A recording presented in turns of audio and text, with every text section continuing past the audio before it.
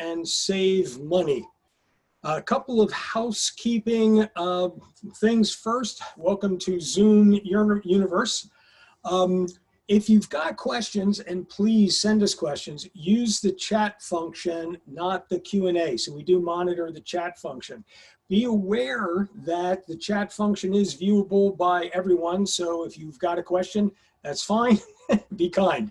Also, we are recording this presentation, and so we've put you on mute. So again, the chat function is the way to go. So thank you again for joining. Let's get started. We only got 30 minutes. We're going to keep to it. So I want to first shout out to our co-sponsors and thank them. Today's webinar is co-sponsored by Cummings. A quick shout out to John Rodriguez from Cummings, who's joining us today. Say hi, John. He's there someplace. He's going to be able to answer some questions we have. PenCat is a partner of Exergy. They do critical power systems, everything from backup generators and power quality. RPG Energy Group and Exergy have had a long history of working together, and energy storage development partners, possibly the best battery people in the business. So I want to thank them for their support. Now let's get started. Okay, so what does Exergy do, and what are we going to do today? So what Exergy does is we are a simple and easy to use platform. And I think of platform, think of it like Amazon, place to go if you want to buy something, right? So we're an easy to use platform that provides a one-stop shop for electricity for municipalities and businesses. And what we provide is we'll make you 100% green, we'll make you 100% resilient, and we'll save you money.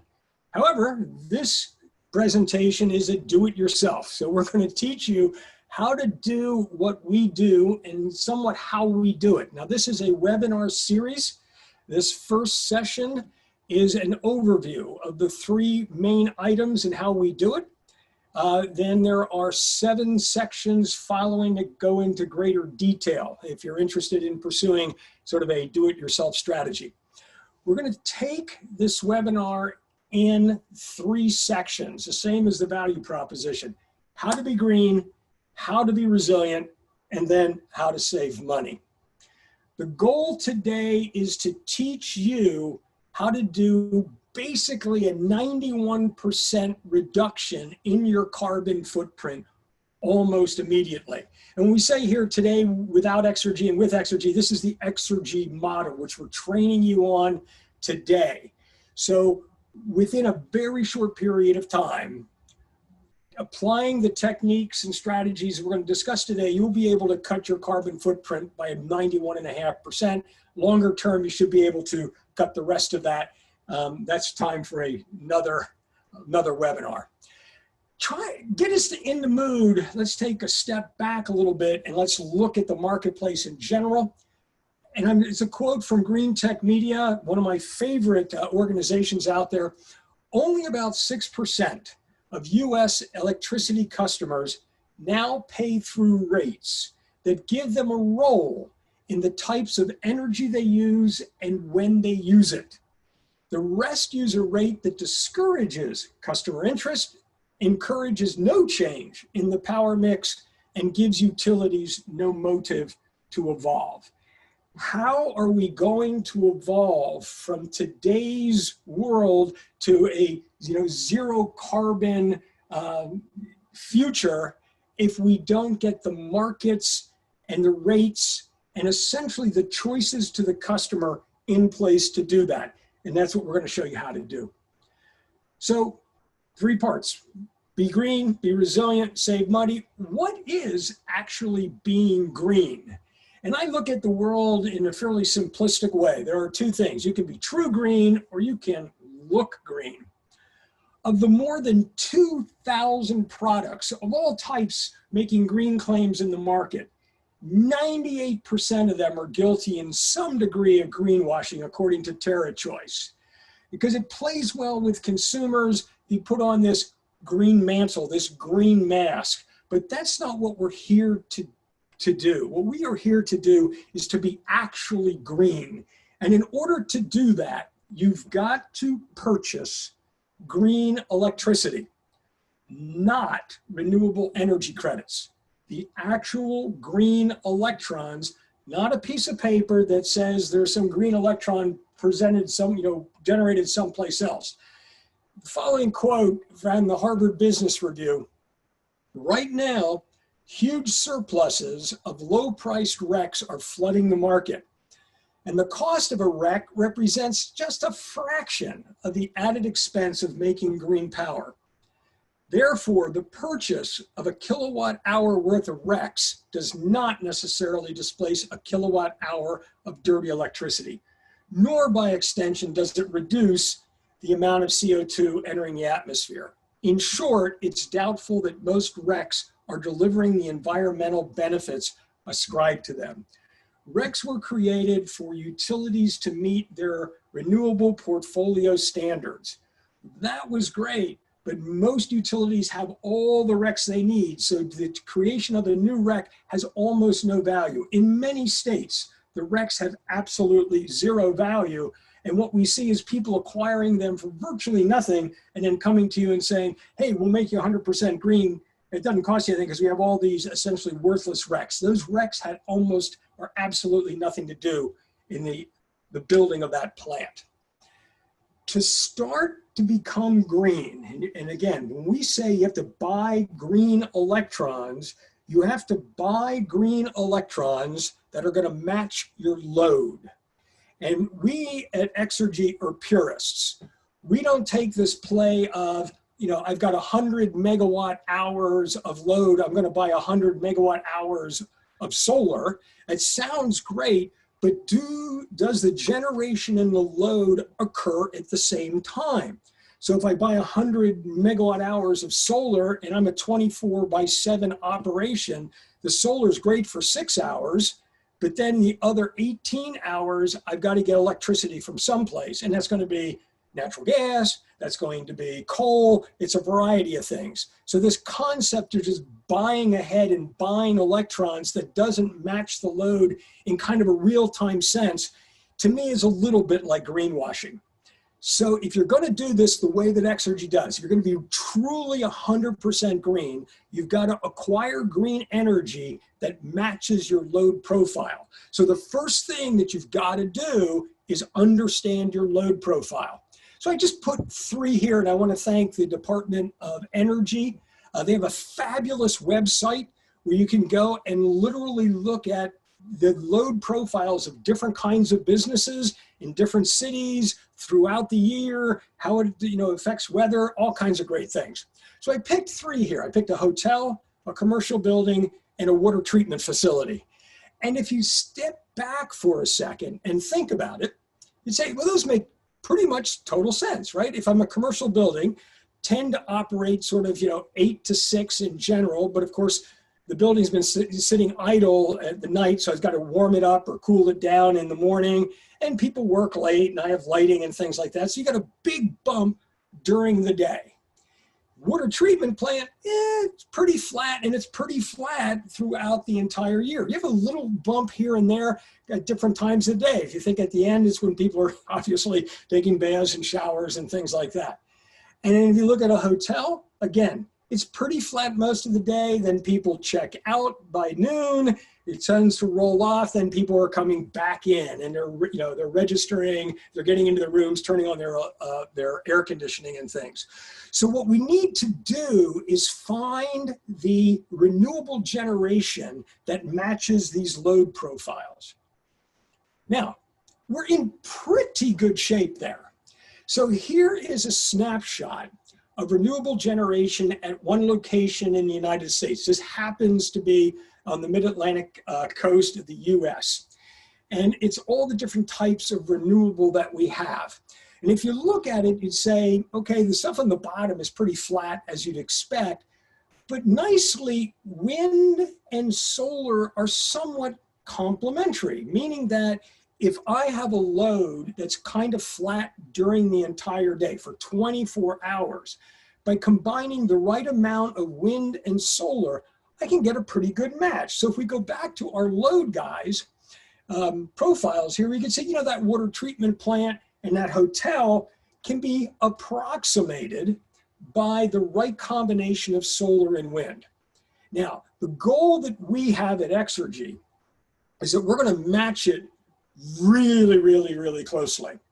So it's a combination of the right amount of wind, the right amount of solar, the right amount of hydro, and you can't always do that with one location. I mean like one solar location, one wind location, because you're not going to have enough time variability in things in order to get those curves to match closely enough.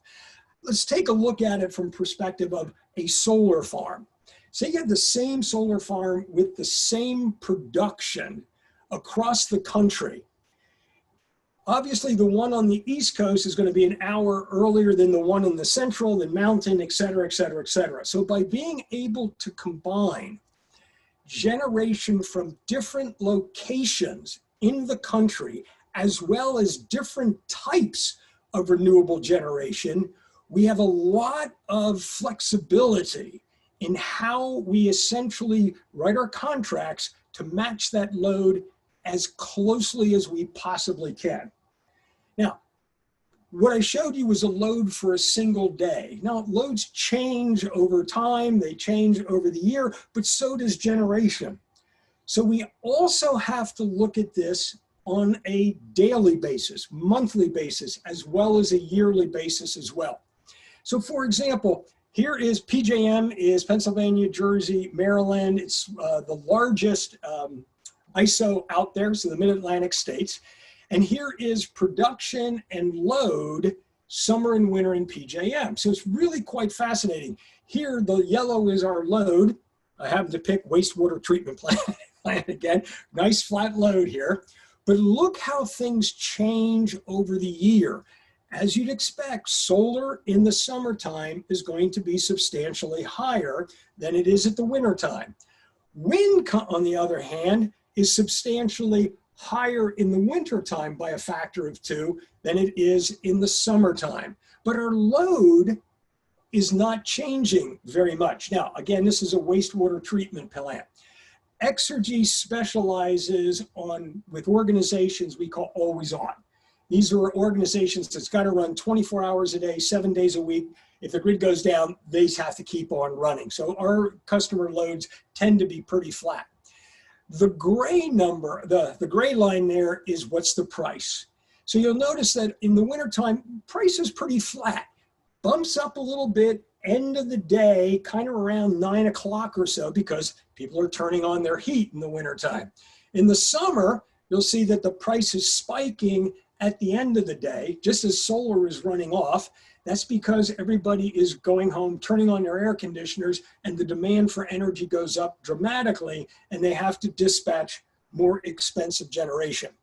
So again, stepping back, we need to understand how our load changes over the day, month, and year, and then match that with how the renewable generation is also changing. So for example, the distribution of how much solar and wind that you need in order to match your load properly is going to change over the year. Now, what I've showed you so far is a nice idealized case, right? Solar, it's always sunny. It's always sunny in San Francisco, whatever they say, right? It's always sunny. It's not that way. The thing that we do know is that renewables are intermittent. The wind doesn't always blow, the sun doesn't always shine, but we, or you, have the responsibility of having the right generation for your load essentially every day, every hour. This is just a quick view of what does a solar farm look like on a fine day, nice sunny day, a cloudy day, and a rainy day. Now the reality here is for our customers or yourself, your load's going to be there regardless, and it's not going to change much. Think of you as a commercial building. If it's rainy outside, it's not going to make a whole lot of difference of how many PCs you've got running, how many lights that you have on, or the air conditioning, than it is if it's a sunny day. Load doesn't change that much. But as you can see, the generation can change substantially. So what do? I mean, we've got to provide you, or you have to provide yourself with 100% renewable energy. So now it comes down to the classic diversification. Yes, we can match solar and wind and hydro, different locations, et cetera, to get it to fit. But we also have to look at it that each one is intermittent. And therefore, we need to diversify that intermittency. So for example, you don't put 5 solar farms all within the same county and expect to have essentially diversification. So what we have here is, this is the error margin, okay? It's actually the percent error mismatch between the generation profile, this happens to be solar, generation profile, and what the load is for this site. If we only have a single generation site, or all the generation sites are in the same location, we have a fair amount of mismatch. Now, some of it's higher, some of it's lower, because the way that you model this is to model that you have a zero mean average. And that's fine. But what we're trying to do is get it down to a zero error rather than a zero mean error. And you do that by essentially locating or contracting with renewables in different parts of the country. So somebody says, well, wait a second, how does that work? The grids are interconnected. There are ways of moving power and electricity around. But it works, interestingly, it works exactly the same way as your portfolio stock diversification. Basically, the more you add that are uncorrelated, it'll drop by the square root of the number that you add. So by the time, if you've got 20 facilities that you're essentially averaging together at different locations in the country, we can get that average error down below 2%, down below 1%, which is phenomenal because it's better than anybody can actually forecast their load. So the beauty of sort of an open market for renewables, it allows you and us to manage the generation to match the load quite accurately.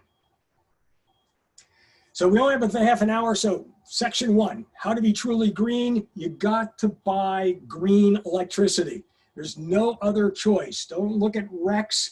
And for us, if you want to be truly green, you should buy the renewables that match the load and load profile, not overbuying one and then buying from the grid with coal or something on the off hours.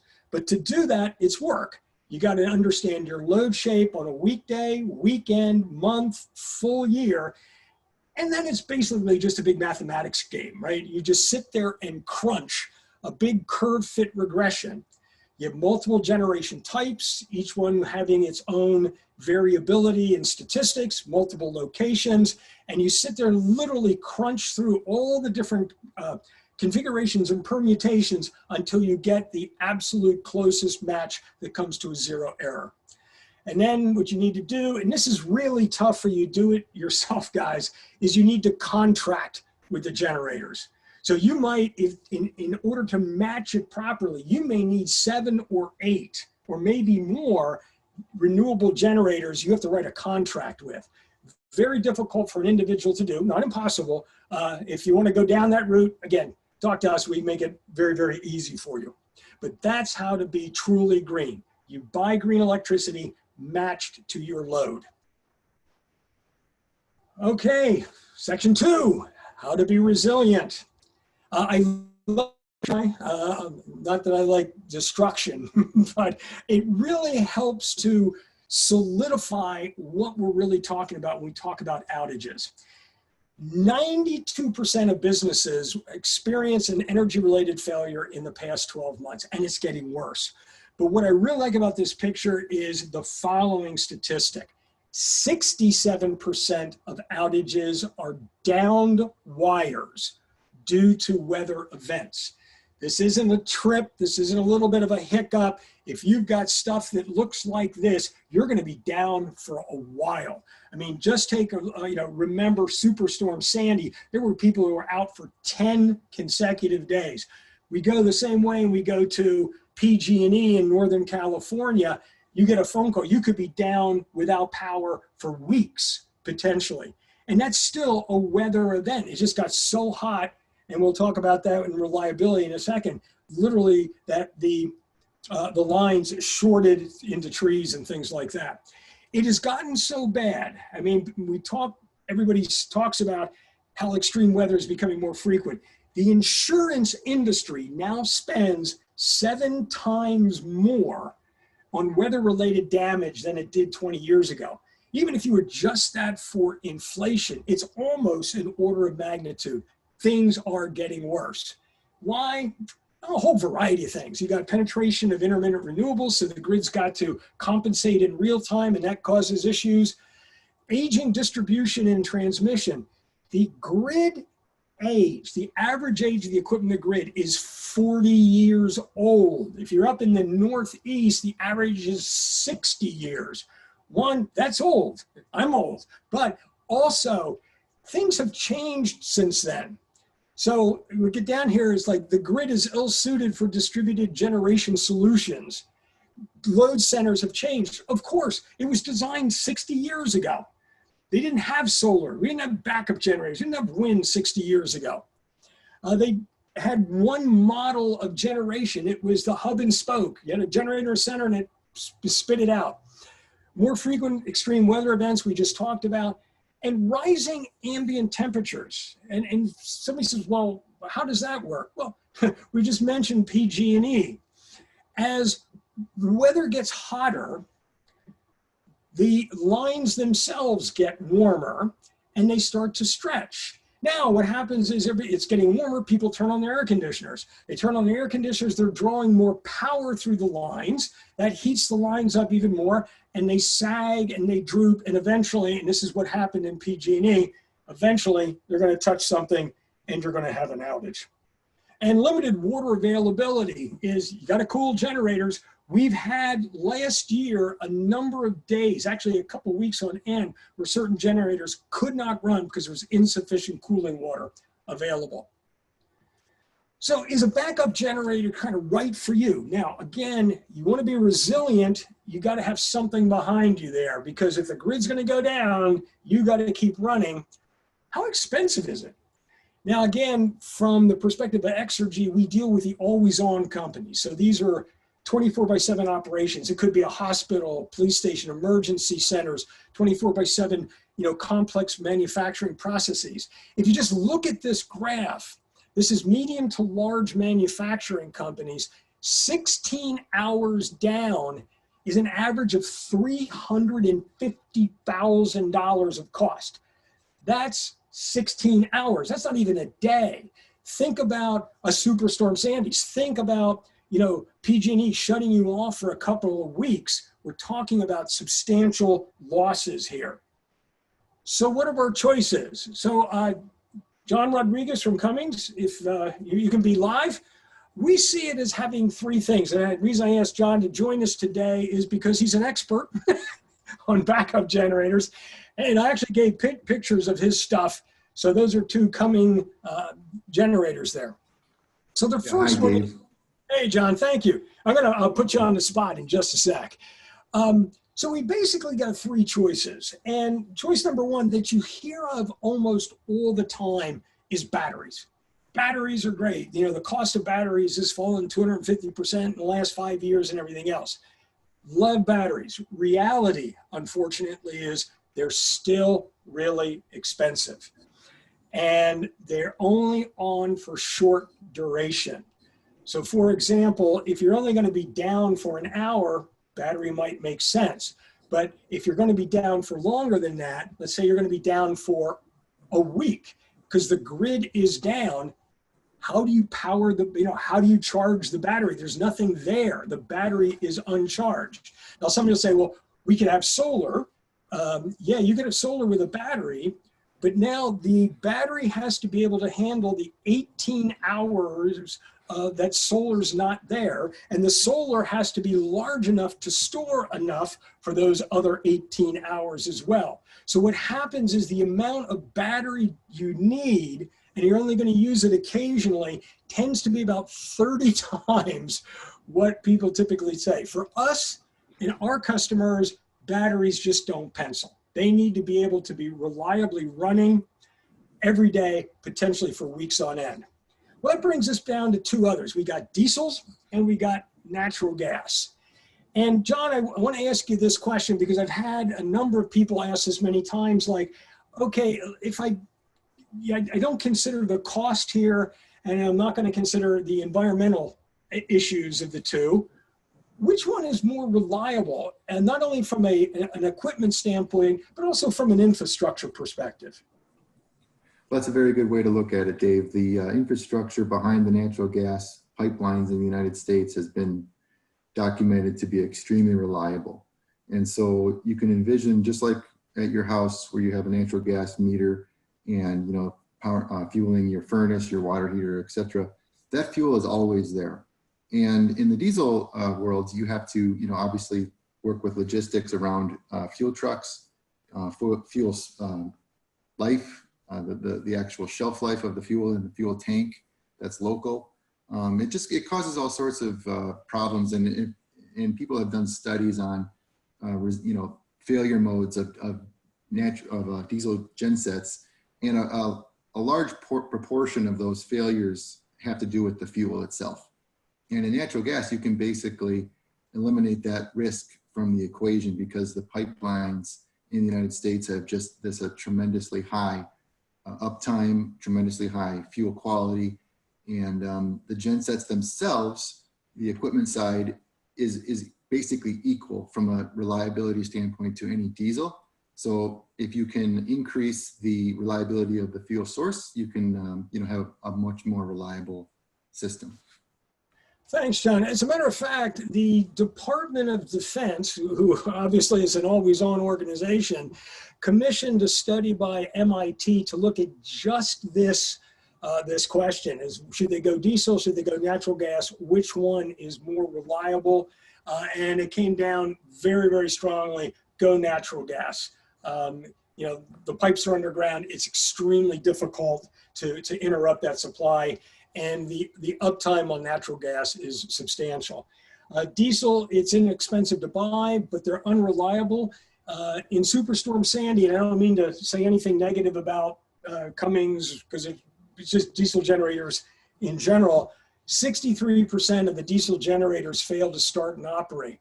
And it's mostly because they need to be maintained. As John was saying, fuel becomes an issue. The fuel, if it sits too long, you know, will start to gum up. You get other issues. The batteries go dead and things like that. So if you really, really want reliability, you go natural gas. The note here, not green and stays green, is diesel generators are dirty. I mean, they emit a lot more CO2, a lot more, you know, particulates and things than does a natural gas. A natural gas prime power generator like this has about the same carbon footprint as the grid on average. So if the grid is down, remember, we're still producing our renewables someplace else. So that's offsetting it, and we're selling that to the grid. We just can't, you know, get it there. But what it's offsetting for you someplace else is about the same as you're adding. So the net effect is you're staying 100% green. What backup is right for you comes down to, again, look at your load profile. If you have something, if you're a commercial building and you're only going to be operating for those periods of time, a battery might be a good one for you, for the simple reason that it's only going to be on for a short period, potentially a short period of time while you're there, because everybody else is going to go home at the end of the day. If you're a wastewater treatment plant or a hotel, you better have something that you can rely on for hours and hours, potentially days and weeks. The benefits of natural gas generation: lower average emissions typically than the grid, so you stay green. Remember, the grid is comprised of a mixture of renewables, fantastic, nuclear, which is zero carbon, fantastic, old natural gas generators, not so fantastic, coal, pretty awful, and you know, a variety of things. But when you take the average of the sort of the carbon footprint of the grid, when you would be using a backup generator, you basically are just as good as the grid running it. And John, EPA factory certified. I mean, a lot of people say, well, isn't it difficult to get a natural gas generator sort of licensed and registered because of air permits? Am I correct here? It's pretty straightforward? It usually is. It's become pretty straightforward, and with an EPA certified machine, you can operate in both emergency mode as well as non-emergency modes if you have an economic benefit that you can take advantage of with that generation asset. And from a permitting perspective, as long as the equipment is EPA certified, which Cummins has a large portfolio of certified equipment, the permitting process should be relatively straightforward. John, I mentioned here fast startup and block loading. I always forget that, but I was always quite impressed with how quickly these come up. What can somebody expect? Someone can expect an asset like this to basically be called upon to start. It would start and be up to rated speed and voltage within basically 7.5 seconds. I'm sorry. Did you say 7.5 seconds? Yes. Wow. And at that point, it should be ready to accept full load of whatever its nameplate output is. Interesting. Thank you. They're quiet and they're low in generation costs. Again, thanks to low natural gas prices. So in general, if you want to be green and resilient, you need to combine natural gas backup with 100% renewables in front of the meter. So if the grid goes down, you keep running, the renewables are still going to the grid, but you running with the natural gas generator, you're being completely offset by the renewables in the front. So you remain 100% green. All right, I think I'm actually a little bit over. I apologize. I got started a little bit late. Last piece, so we've tackled be green, we've tackled be resilient. Now we want to talk about saving money. All right. Costs in electricity, there are 4 factors. The energy, which is the actual cost to produce the electrons. The infrastructure, the wires, the poles, the transformers, all the stuff to get the electricity to you. The utilization, what I mean here is how well is their infrastructure, the wire, the poles, the transformers, matched with the demand on those. And then volatility and risk is, what's the price risk of energy? Is it always, 8 cents a kilowatt hour, or does it vary, and who takes that risk? So let's take a look at the outlook for the market. This is from the Energy Information Administration. Energy prices. Now remember, energy is just the electrons.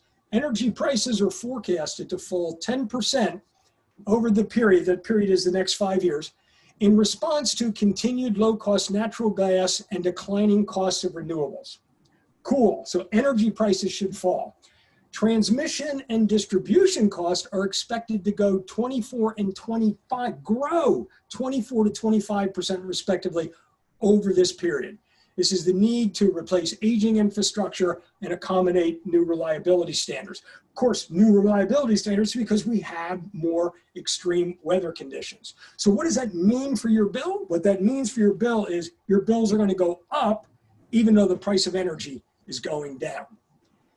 So how well do we use the infrastructure that we have? So this happens to be California, but I've got the data for the entire country. We only on average use the grid at about 50% of its capacity. I don't mean that by generation. I mean that's the wires, the transformers, the poles, that type of thing. The grid is built to handle the peak load, which happens fairly infrequently. The average, this is the average with the peak load and the average is closer to only 50% or less, and it has been declining. Now, we're going to have to replace much of that infrastructure, which is going to cost a lot of money, and who's going to bear that expense are the people with the highest demand, because with a low utilization rate, that means that everybody's got to pay more than what they actually typically use. So let's look at, and I'm boring you with these curves here, but let's look at the load curve again and think about it from the standpoint of what is its implication to the cost of the infrastructure and the cost of the grid. That water treatment plant and that hotel, their loads are pretty flat. So the, the utilities, the regional transmission operator guys, they can look out and they say, yeah, I'm pretty confident what we got. But those commercial buildings that are on and then off and put this huge demand, that grid has to support that load. And it's an intermittent load. So they need to support it for that 6 hours of the day. With the other 18 hours of the day, it's standing idle. Who pays for that idleness? Well, really, in my opinion, it's fairly unjustified. It's typically paid for by the guys with a flatter load. They're not changing anything. The grid isn't building up excess capacity for them, but they're essentially subsidizing that excess capacity for other folks. So if we want to save money, we got to deal with this demand issue. Let's look at a real bill, okay? So here's a real bill, and I just want to highlight the demand charges on this bill. The demand charge is 60% of the bill. We spend more in paying for, I'm going to say, an inefficient or inefficiently used infrastructure than we pay for the actual electricity. Now, let's go back to the quote from the EIA, is the electricity is going to continue to go down in cost, the actual energy, where the transmission distribution, those demand charges are going to go up 20, 25%. At some, I mean, already for many customers that we see, half of their bill is actually demand charges. And again, if you're an always-on customer that we focus on, it's, in our opinion, sort of unjustifiably on their backs. Now, what do prices really look like in the energy market? So this is the wholesale. This happens to be the four the large regional transmission authorities. The red line is the, what we'll call the Exergy price. If you come with us, you should be able to get. Notice the volatility. Now, in most people's bills, they have an energy charge, which is a kilowatt hour basis, and they have a demand charge, which gets allocated. What the energy supplier is doing is they have to buy with all this volatility. So what they're doing is they're taking that volatility and they're basically passing it to you by increasing the price. So you're maybe paying for, energy, 6, 7 cents a kilowatt hour, 8 cents a kilowatt hour, just the energy side, not the demand side. Whereas actually the wholesale price is closer to 2 to 3 cents. Well, why? It's because it's volatile. They don't want to take the risk, so they're going to pass that volatility on to you by higher prices.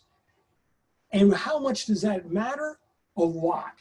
So if you take the standard tariff, which is a certain price per kilowatt hour, and it's always fixed, and you'd say, no, I'm going to change and I want to go index, meaning I'm going to buy at the wholesale rate.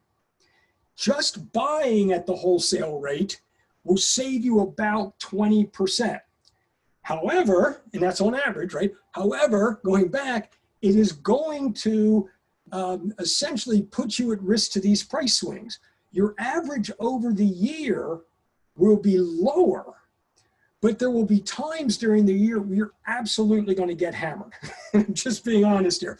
Most businesses and organizations like predictability in their financials. They like to budget predictably and everything else. So they tend to choose the standard tariff and pay more. But you already have a backup generator. So how do you manage this? This is great. You use your backup generator to reduce the demand charges. So the times when the demand charges are being allocated, you use your backup generator to minimize the amount of load that you present to the grid that directly translates into how much demand charges you're going to bear. Then remember, you've got 100% renewable energy that's got zero operating costs. So you're protected from all of the swings in the generation side.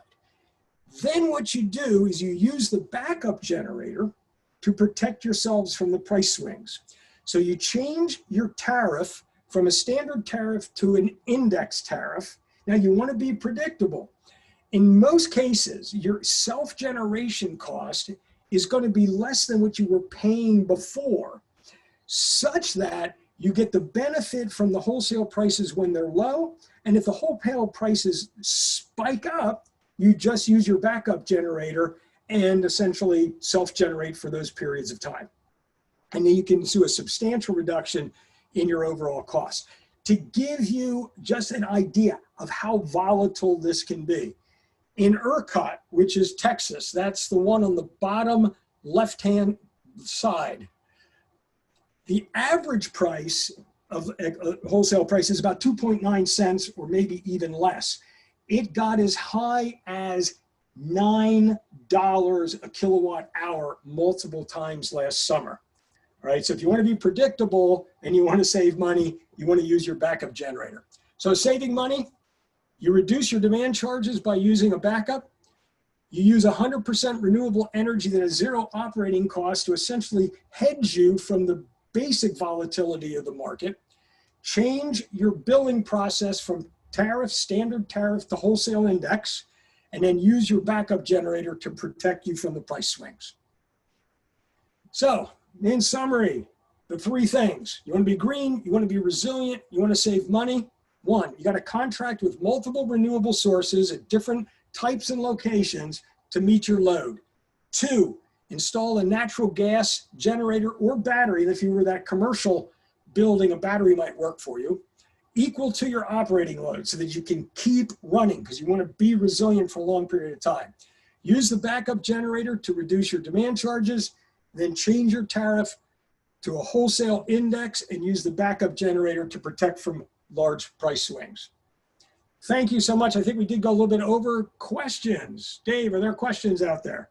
Yeah, there was one question that came in about the reliability of natural gas generators. How can they be sure it'll start when they need it?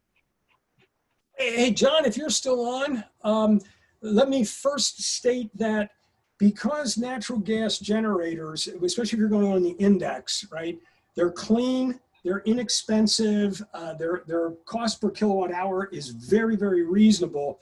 And because the grid is sending us price signals, because of the increase in intermittent renewables going onto the grid, they're telling us when they want you to demand respond and reduce your load. And they make incentives to do that. So a natural gas generator can participate in those grid programs like demand response and things like that that a diesel can't. So a natural gas generator runs many, typically 1 to 2 orders of magnitude more frequently than a diesel would. While a diesel generator is inexpensive, running it is super expensive, and under regulations, you can't use them for things like demand response. John, what else would you add? I would just add that with proper maintenance and like you said, regular use of the asset, that uptimes have been easily in the 99% range, 98% for uptime and reliability. So they've been around for a long time, and we have tons of experience, providing backup systems for all sorts of different customers worldwide. So they're built to be reliable. And the nice thing is, because we use it so frequently, or you will use it so frequently, you know how it's running. One of the biggest problems with anything to determine, like, is it in good health, predictive maintenance and things, if you don't run it enough, you don't have any data. The beauty of running something somewhat frequently is your ability to be able to predict when it may need service or something like that. Catch it early before it's an issue. If there's no other questions, I do apologize for going over. Thank you so much for joining us today. If you think this is just overly complicated, my apologies. I'll try and get the Cliff Notes version out. But if you're interested in being 100% green, 100% resilient, and saving money, but you want to do it the quick and easy way, just come to us. You just sign up on the platform and we'll immediately cut your carbon footprint by 91%. We'll save you money and make you great. If you are interested in learning more about how to do it yourself, the following upcoming webinars, they're every Wednesday at 2 o'clock for the next 7 weeks, go into each aspect in a little bit more detail. Backup generators, how to get a free backup generator, which really means how do you, immediately if you come to us, we could give you a free backup generator. just because if you know how to use it the right way, it pays for itself very, very quickly. Trade-offs between batteries and backup, when to use batteries, when batteries essentially pay for themselves, when rooftop solar is a good idea for commercial and industrial players.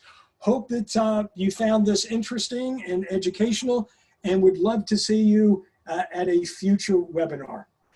Again, thank you so much. John, especially thank you and Cummings for all your great input and support of this webinar. Have a great day, everyone.